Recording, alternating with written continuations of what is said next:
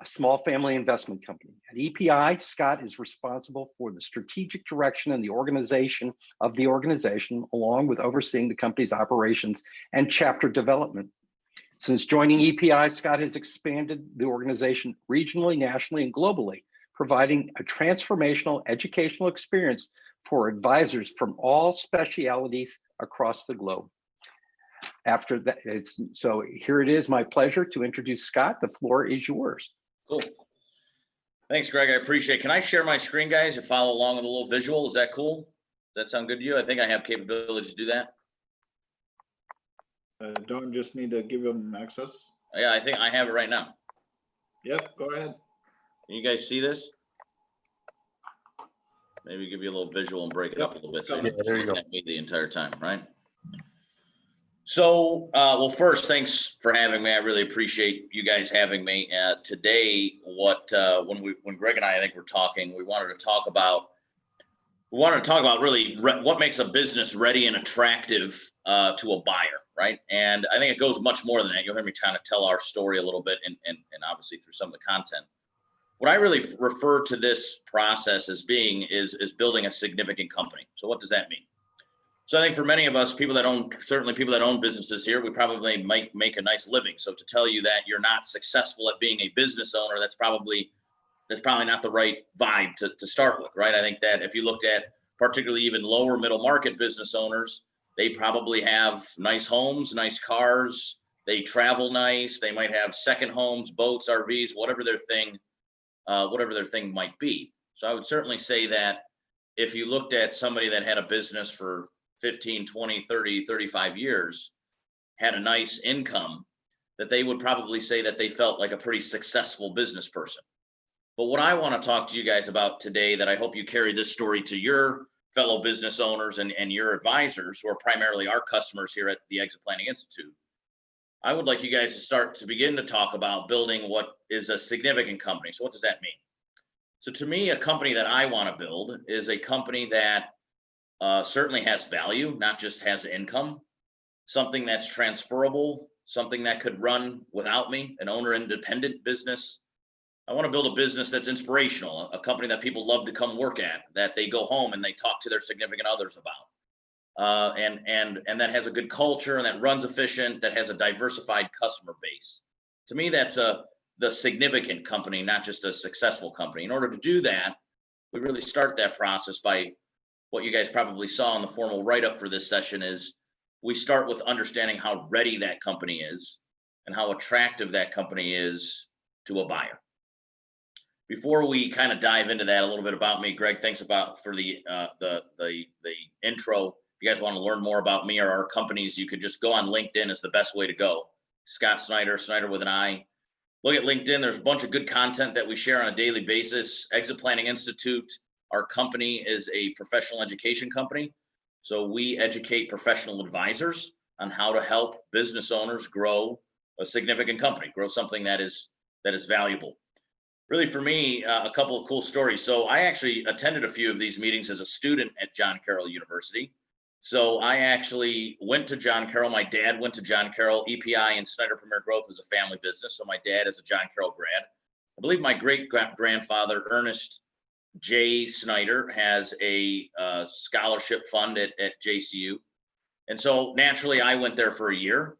As an entrepreneur, I don't know, I haven't been around John Carroll in a long time, but down the street, you used to have that Target shopping center over there. You used to have like a tiered garage. And so at the time I owned my first business was a landscaping company.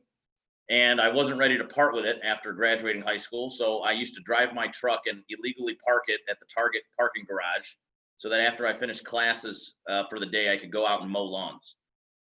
Well, I left John Carroll after a year and went down to Ohio State's Agricultural Technical Institute, where I pursued a horticulture degree, and eventually left there to go run my company. And then fast forward another 10 years or so, I was able to sell that company, partner with my dad, and go into the businesses that we are in today. So John Carroll certainly has a near and dear spot in my heart. And so I appreciate you guys having me back. Typically in this kind of segment, right, rather than kind of give you the formal, I'd rather tell you about why I'm passionate about what we do here at EPI. So really 3 reasons that I went from kind of like a a polo shirt and jeans mowing lawns to a professional education company, as you can see in that fancy suit and tie. So a couple reasons. One, I helped after selling my landscape company. I partnered with my dad in his consulting firm called Aspire Management, where he was doing just this. He was helping business owners grow value in their company, and with the intent to sell and position to sell at some point. He became a certified exit planning advisor right here at EPI back in 2008, before we bought EPI, and integrated it into his company. And so when I came along in 2011 or so, or 2012, I helped him grow that company. And now with over 2,500 advisors across the United States, I get to really help those folks who are CEPAs, certified exit planning advisors, grow their practices. And so that's one of my passions, is growing businesses. And so using some of the strategies that we learned at our own firm, taking that and implementing that across the board into all different type of advisory practices. My biggest passion, though, is probably that I'm a millennial business owner. And so I think, and I tell our advisors here at EPI, that our biggest challenge is yet to come. So although I think our most immediate marketplace are the baby boomer business owners, people looking immediately to transition their businesses, people in their likely in their 60s, maybe in their early 70s, looking to start to move into that next phase of their life, trying to sell what probably is their largest asset. Although that certainly is a challenge, I think our biggest challenge is yet to come as advisors.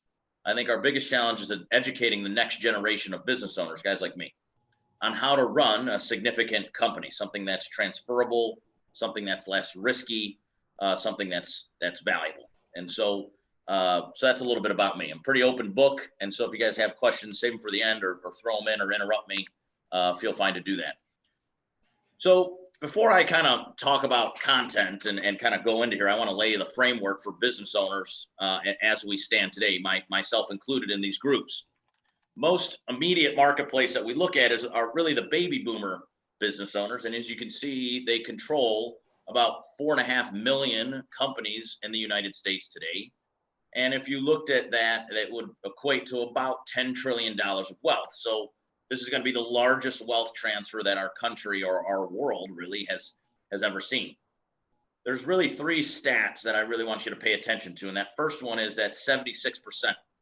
So 76%, probably even a little bit different now, pre or I guess during or post COVID. I think owner mindsets have kind of shifted a little bit, particularly the baby boomers.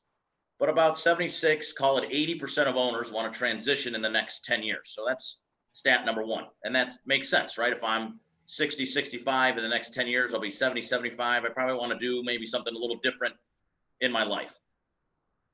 However, if you jump down to that 70% statistic in that same box, you'll see that 70% of businesses put on the market today actually don't sell. So if you're an owner sitting here, you're only about 30% likely to actually sell your business for what you want or what you need to actually sell it for. And if you're a part of a family business like I am, going generation to generation, you get less and less likely to succeed. Only 30% of family-owned businesses really get into the second, and only 12 really survive into the third. It was really cool. I actually was speaking pre-COVID at the end of last year in Omaha, Nebraska, and I spoke with the gentleman that is currently running the Omaha Steaks business, and he's 6th generation family business. So I thought that was pretty cool. We certainly had a conversation about family business transition. The next stat is that really in the red there, that 78%. So 78%, so about 80% want to sell. You're only about 30% likely to actually achieve that. And about 80% of us have no formal transition team as owners. And about almost 93, almost 100% of us have no idea what we want to do outside of our business. And for a baby boomer, I would say that that's probably pretty likely. If you ran your company for 25, 30, 40 years of your life, it's probably one of your biggest hobbies. It's probably one of your biggest passions. You probably love coming into your business every day. So you haven't really thought about what's next. That's fair. And about 50% of us as owners have done actually no planning at all. So although 80% of us want to transition in the next 5 to 10 years, 50% have actually done no planning at all. There's also, we talk a lot about exit, right? And for me, as a 35-year-old business owner, it's really not about exit. I have a pretty long runway. I'm very passionate about what we do here. I don't really have any intent to transition, but there's something called the 5 Ds. We call it death, disability, divorce, distress, and partner disagreement.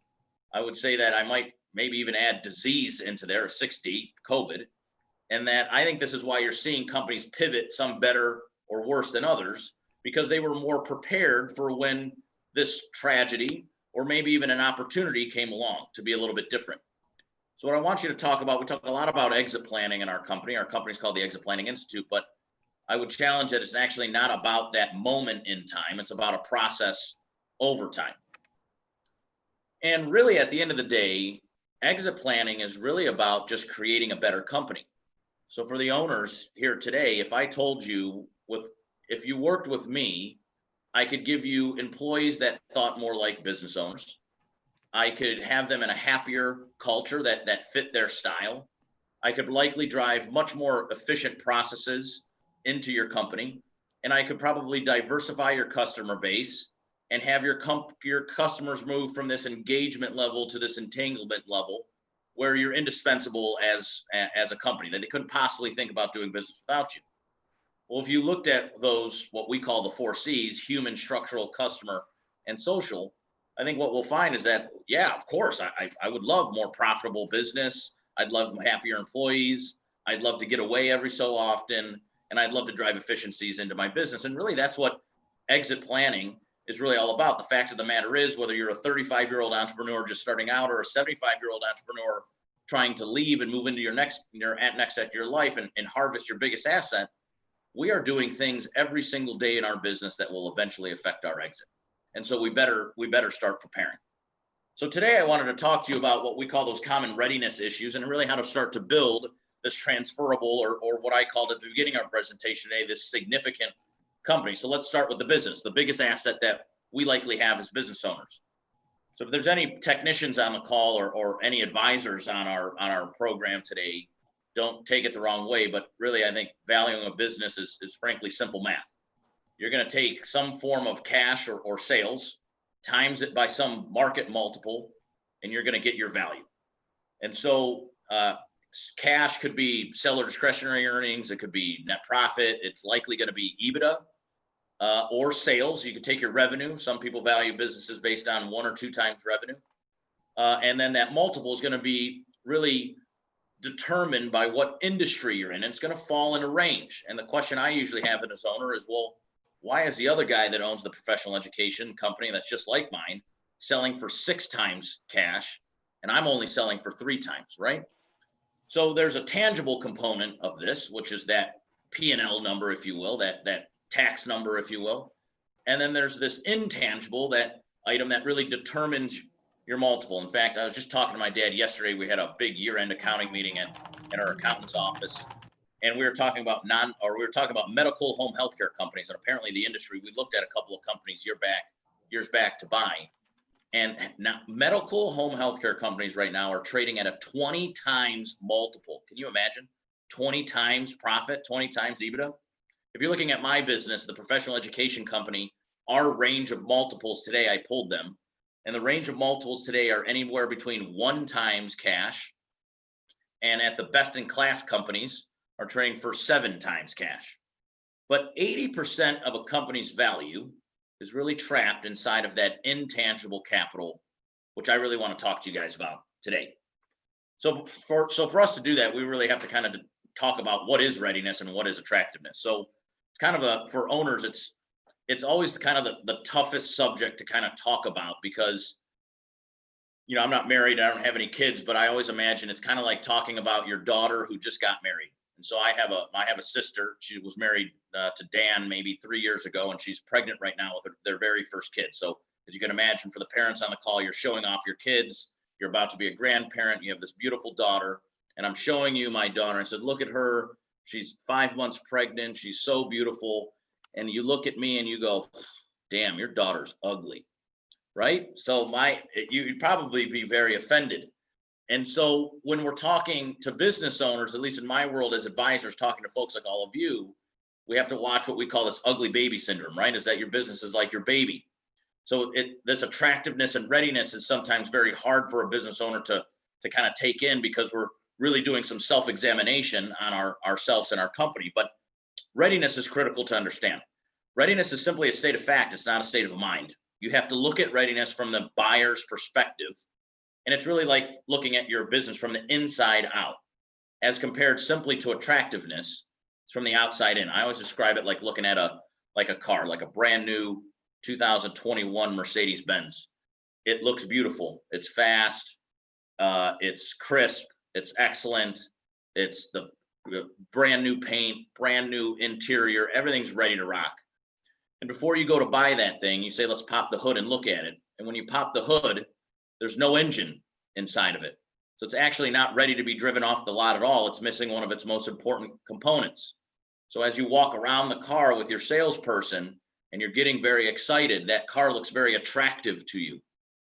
But then once you pop the hood, you find that there's no engine. So it's actually not very ready to buy at all. So you probably wouldn't pay 80 or 90 or $100,000 for that brand new 2021 Mercedes-Benz. So the conversation that we're going to have today is really based on what we're called readiness and attractiveness.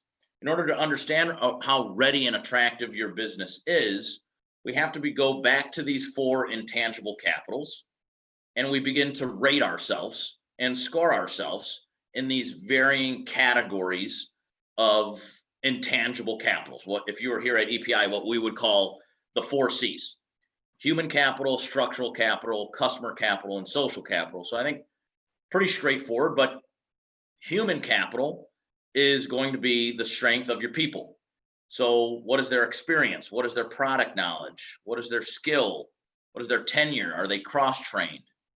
Is your business run kind of owner independent? Do you have a very strong management team? These can also be opportunities or readiness issues, right? Weak or strong. Structural capital, it tends to be the most robust of the 4 C's. It's where your equipment lies, your process and documentation. If you were at my landscaping company, our mowers, our trailers, our trucks, the building that I own. Your IT is inside of structural capital. Customer capital, pretty straightforward. One of the most common readiness issues that most lower middle market companies have, as you can imagine, is customer concentration. I think it's a level of risk. We certainly have it here at UBS or at EPI. One of our biggest clients is UBS. We certify about 1,000 SEPAs per year. About a quarter of them come through the UBS Financial Services organization. And so beyond customer diversification is their, what I talked about earlier, their entanglement or their engagement with you. How entangled into your customer base are you? Do they need you to do business? Do they rely on you? Last but not least is your social capital, certainly not social media. Social capital is the culture that your people exist inside. And so that's different. It's actually, for me, the hardest of the capitals to actually rate, because my culture might be different than yours. So my culture here at EPI is probably more like a Google. So we have an unlimited vacation policy. We have, we wear jeans for the most part. There's different enclaves and different types of collaborative space. I don't have the cafe and I don't have the slide or anything like that. But if you go into maybe a more formal bank, that's cubicles and suits and ties, 2 totally different styles of culture. And so culture for me is always the hardest to rate. Again, we're rating it from the buyer's perspective. But that's kind of the introduction to the 4 C's. Let's talk a little bit about how we rate these things. So we rated in what Chris, my dad, came up with is simple common sense scoring. And so what I love about the 1 to 6 scale, as you can see on your screens, the 1 to 6 scale is that there's no average. So when you're saying, Scott, I want you to rate the standard operating procedures of your business. And I said, well, we're probably average.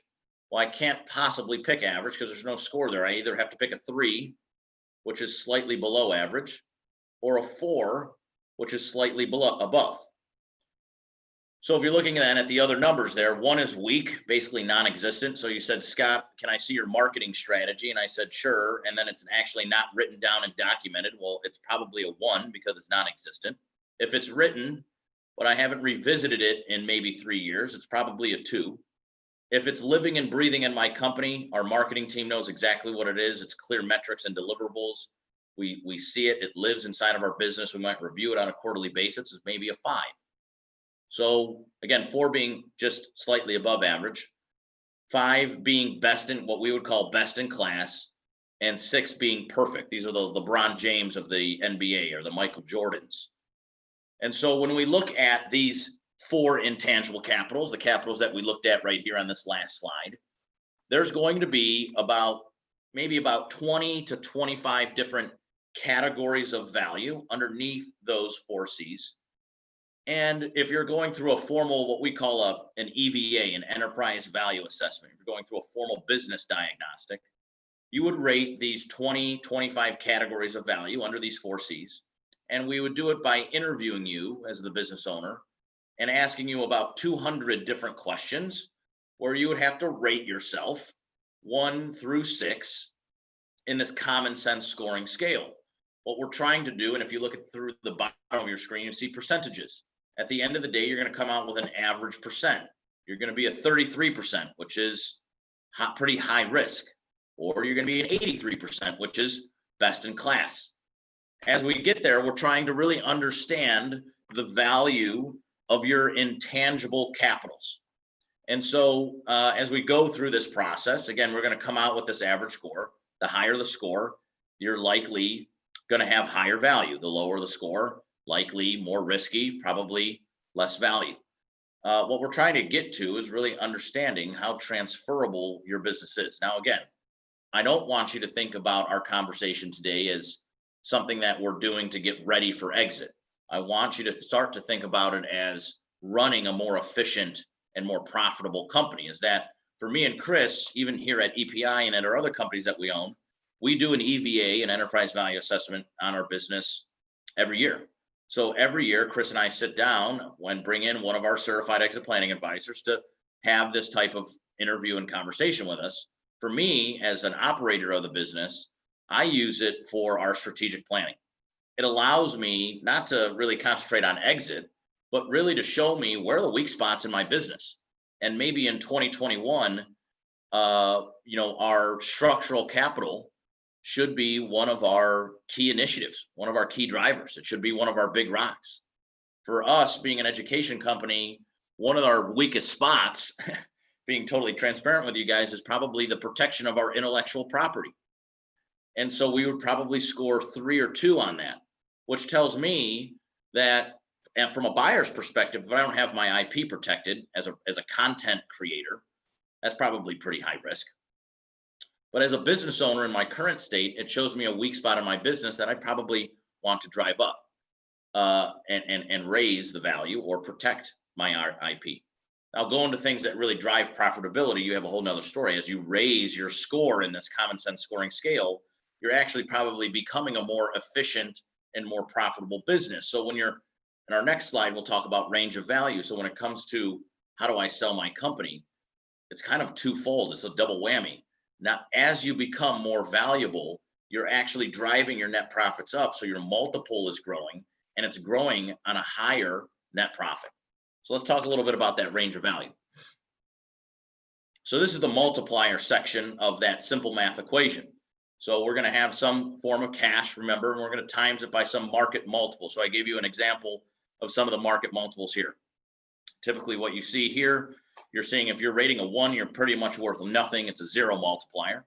All the way up to the best in class premier businesses are getting 10 times EBITDA, let's call it. And so you're going to take your score from here, and you're going to apply that readiness score to this range of value. So let's say I scored a 50%. Well, I'm probably a 3. So coming down your screen in the red there, you'll see that I'm probably worth 3 times. Well, now the conversation, right, becomes is, well, I don't want to be worth 3 times, or maybe I need my business to actually be worth more than 3 times. And so how do I grow to best in class or premier practices? And this is where what we call value acceleration plays. And so this is that simple math equation.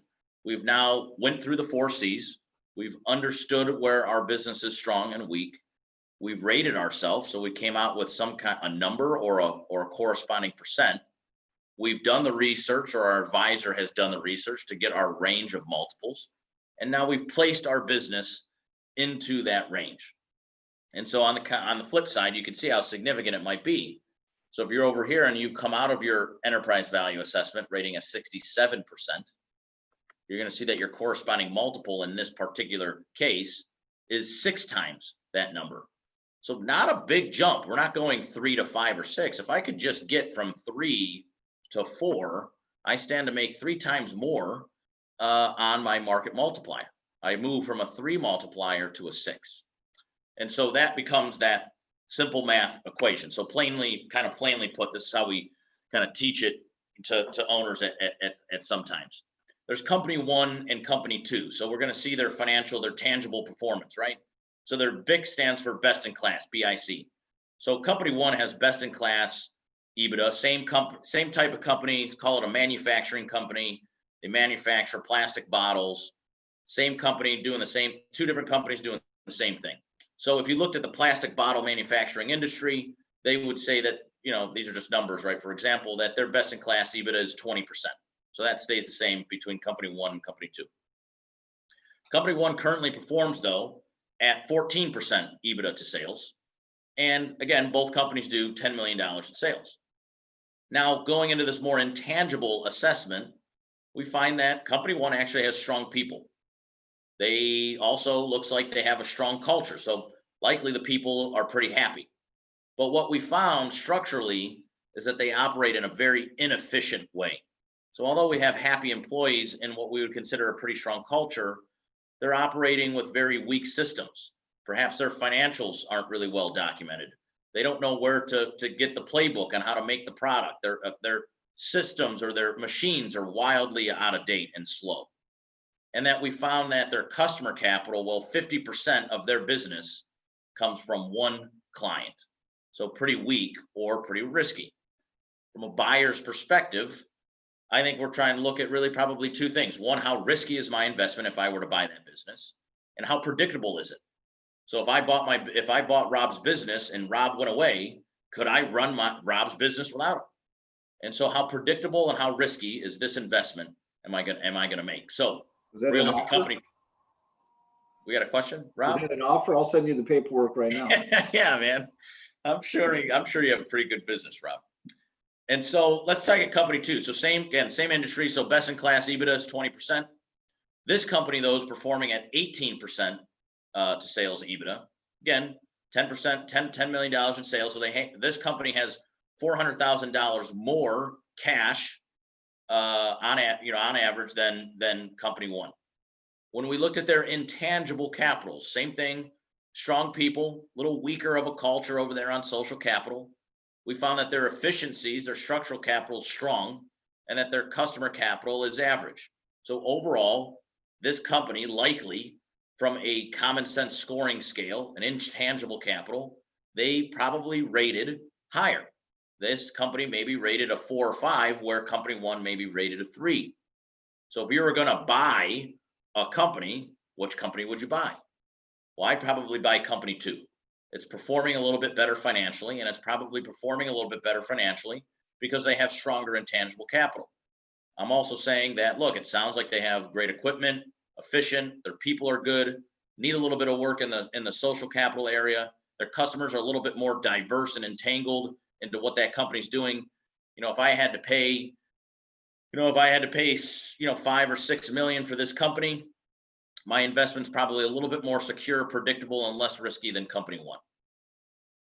So the next question, though, in this value acceleration or exit planning topic that we have as it relates to readiness and attractiveness, and as you probably read in the description of this session, is there's something that's called owner preparedness.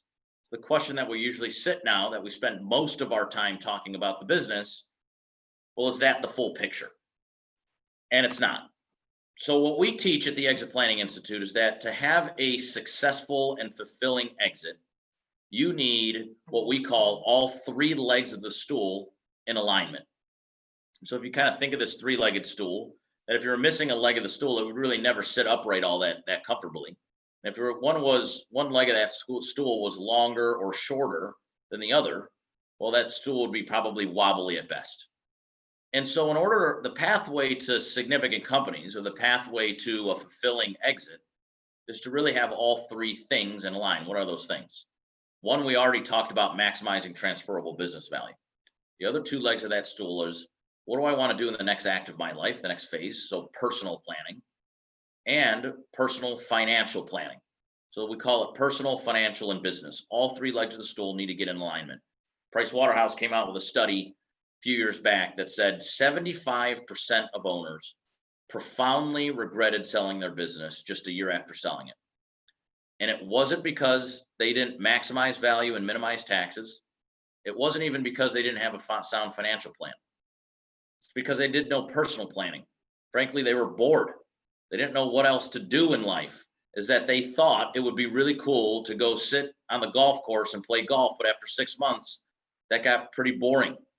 I always think of a client that my dad had. It's really cool. We used to meet in his airplane hangar. He had a airplane hangar full of cars. We would have a conference room in there, glass conference room that overlooked this. And he came to us and he said, look, me and my wife are ready to sell. My wife works part-time in the business and does a lot of community work here in Northeast Ohio. And we want to move in that next phase. And for us, that's going to be buying a house in the mountains in Colorado. We want to kind of hike and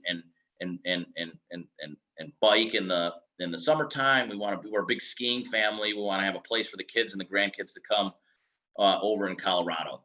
And as what they started to investigate is that he actually, again, was an avid car collector. And as they started to investigate that, we said, well, we asked his wife, we're like, well, he's worked in the business. Call him Mike. Mike worked in the business for how long? Oh, the past 35 years. And how long what are Mike's weeks like? Well, probably 50, 60, maybe even up to 80 hours a week for the past 30 something years.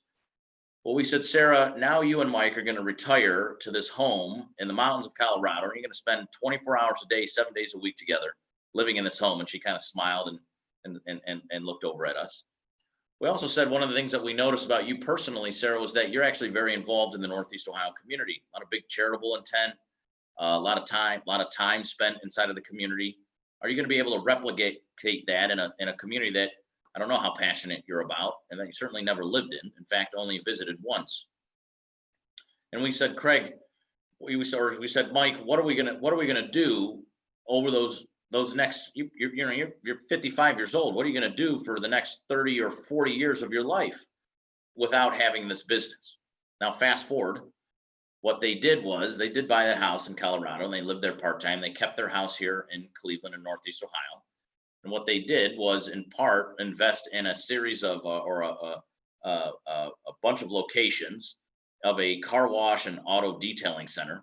And you'd never know that this guy has got like $30 million because he's a guy that's buffing your car on the way out of the car wash, right?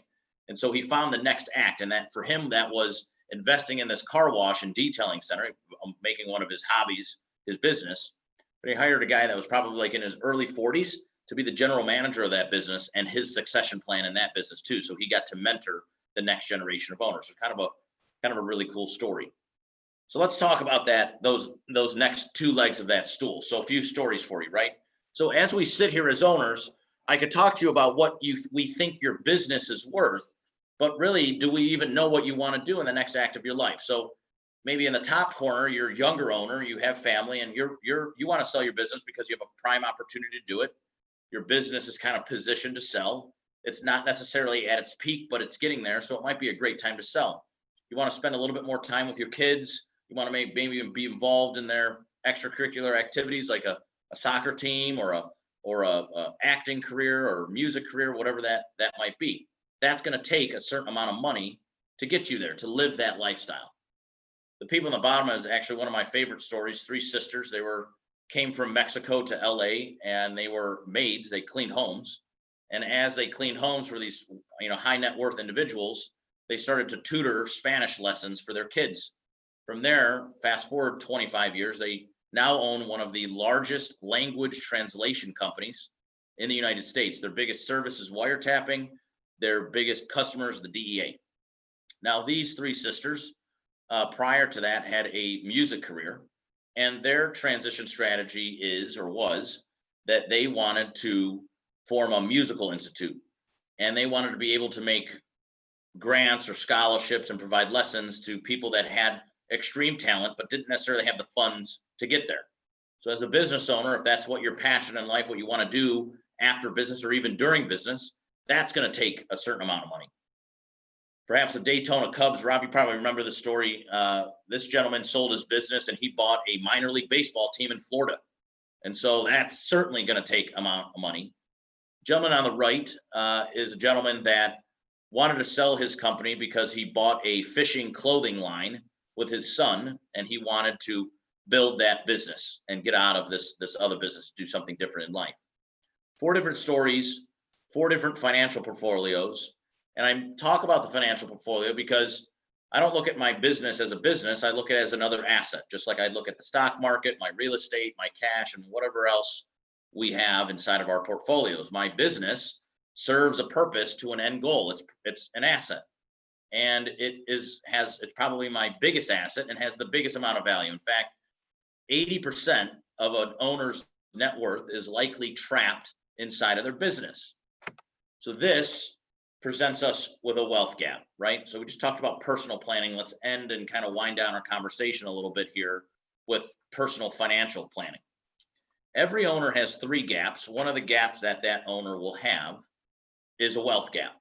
You can see here that your reality without your business, in this particular case, this person has a net worth of $10 million outside of their business.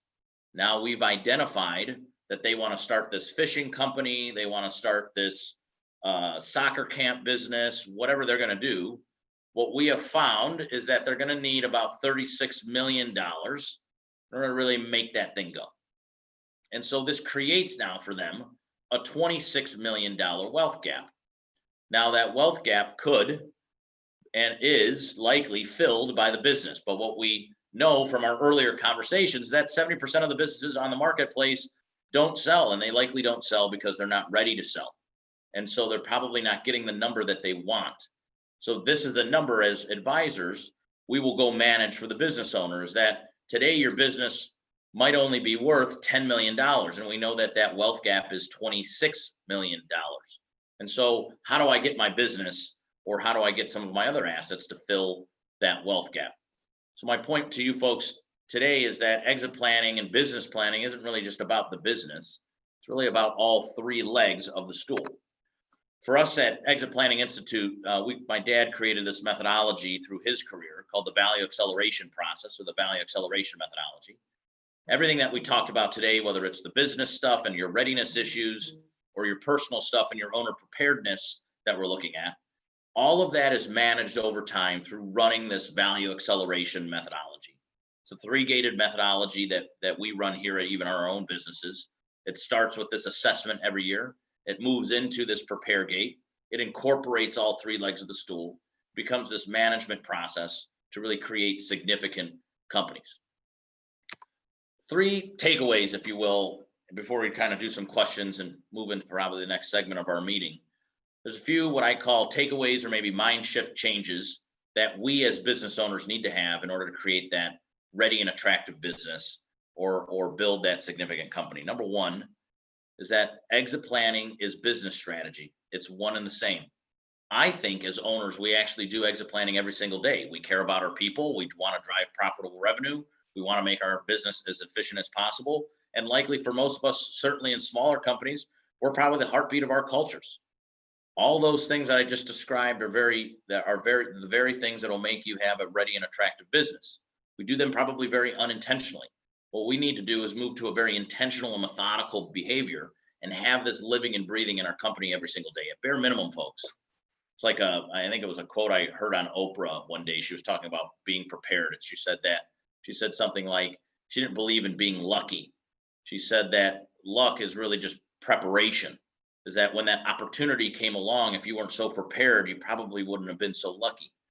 And so at bare minimum, folks, businesses fall to the 5 Ds every day. Is that some of us on our that own businesses here today might have to exit our businesses not under our own terms. So I'd rather be as prepared for that unplanned tragedy as possible. Or on the flip side, from a private equity standpoint, there's still a lot of money in the market and they're looking for really good businesses, and they call you up, they knock on your door and they say, Scott, you got a really great business, very attractive. I'd like to really understand how ready it is. and I'd like to buy it. Are you going to be prepared when that comes along? Or are you going to hope that you kind of get lucky? And so exit planning, again, whether you're 35 just starting out or 75 trying to exit, the first mind shift that we have to say is that it's not some event in time. It's about a process over time. The next mindset shift that we need is that it's not just a business approach, it's a holistic approach. It's just as important to walk into our companies every day as it is to understand our personal purpose, our personal ambitions, our personal financial and strategy, and say, how is the business serving that? Is to get really all three legs of our stool in alignment. And the last takeaway that I would say that I have, mind shift, call it shift 3, is that I think a lot of us are concentrated on driving net profits. How profitable is our company, generating income? And we have to shift from understanding how to generate income to really understanding how to generate value. Just because you make a ton of money does not mean that your business is all that valuable. So it's really talking about that transferable value. So with that, Greg or anybody else who kind of leads this team here, I'm happy to open it up to questions, comments, or move into your networking portion as well. But thanks, guys. Appreciate it. Yeah, thank you very much. Excuse me. Thank you, Scott. One question that did come up in the chat here was, is there some sense of how long it might take to make a company, ready? Yeah. So if you're coming to EPI, we would teach that we would like owners to at least have about 3 to 3.5 years before they're ready for that moment of exit. When you put a business on the market, it usually takes, maybe a good business is going to take about 12 months to probably market and sell.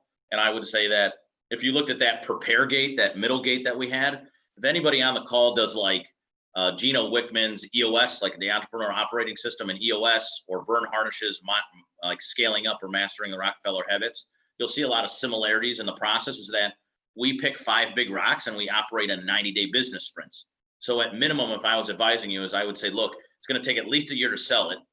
And I'd like at least a year before that to get through a couple of those 90-day sprints, 4 of those 90-day sprints, so that we can at least de-risk. There's something that we don't have time to talk about today, but it's called the 5 stages of value maturity. 2 of the middle stages is protect and build. Build is more strategic, protect is more foundational.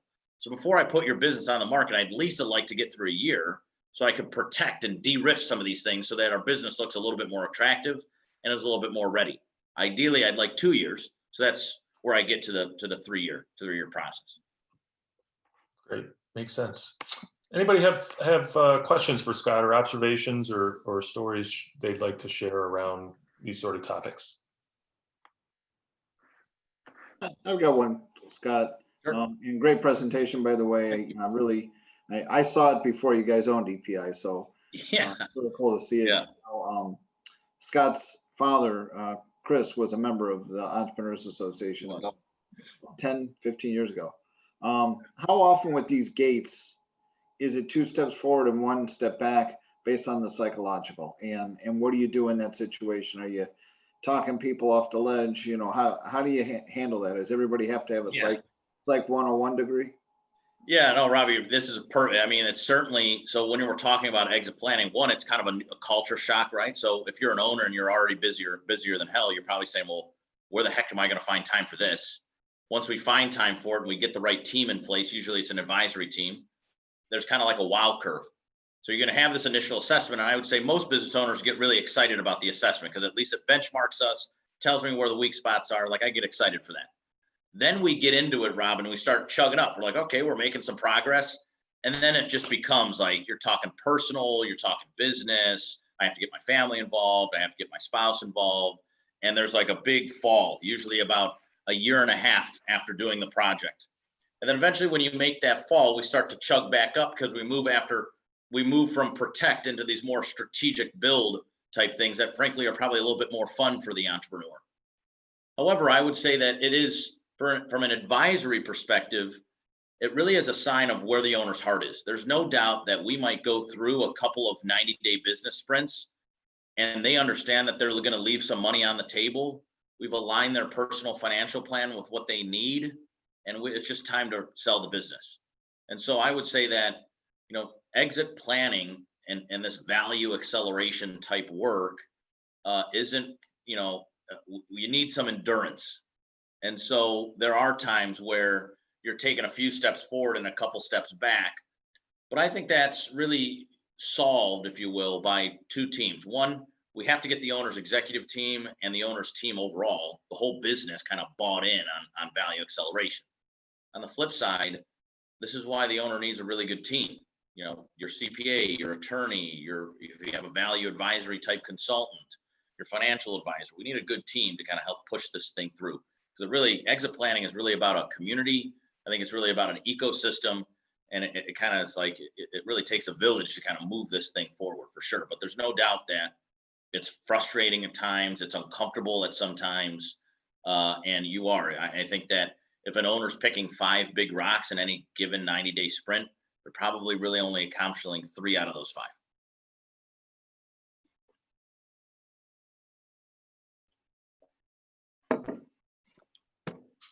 Other questions for Scott?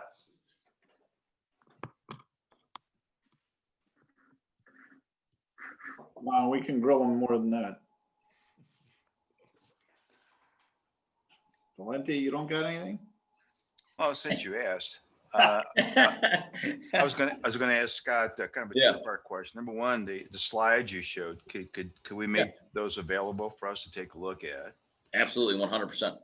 And number two, I mean, you've made it pretty much simplistic that it's a process, but when you actually deal with an individual who's a business owner, there is a lot of attachment to a business. So how much time do you spend on the psychological or the emotional issue and preparing the individual for letting go of what he or she has built?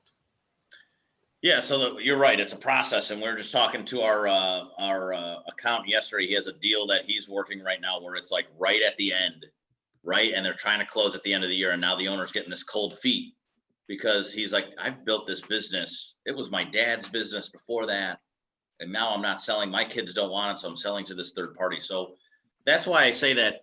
So one, we spend a lot of time on the psychological. I think the psychological comes, so you got to understand generations though, okay? So again, most immediate marketplace, most people selling their businesses right now are probably in the baby boomer generation. They control most of the companies, the private companies in the United States.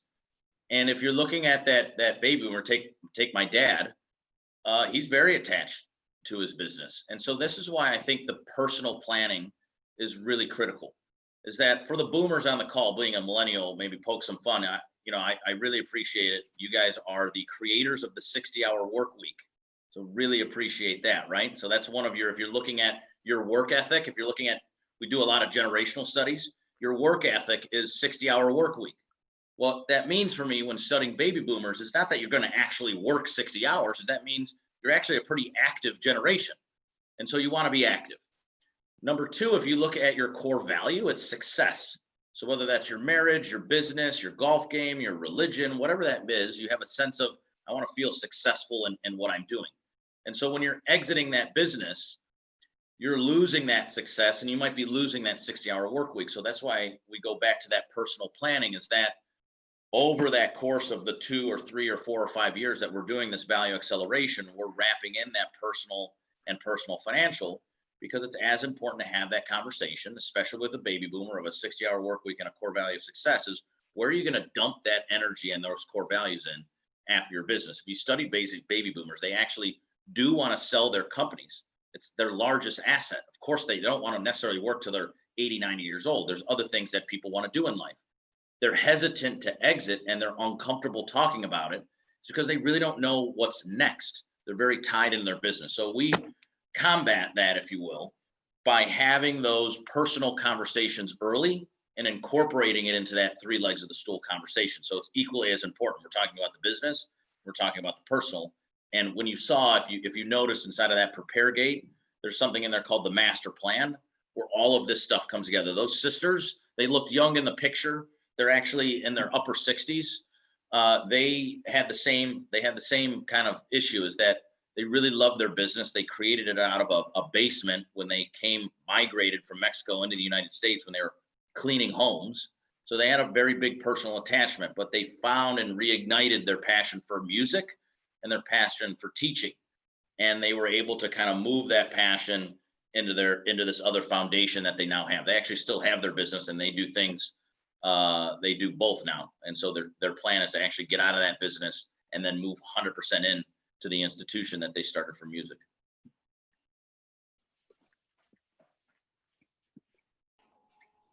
Thank you, Scott. That was great. Thanks, man. Any last minute Appreciate it. questions for Scott? All right.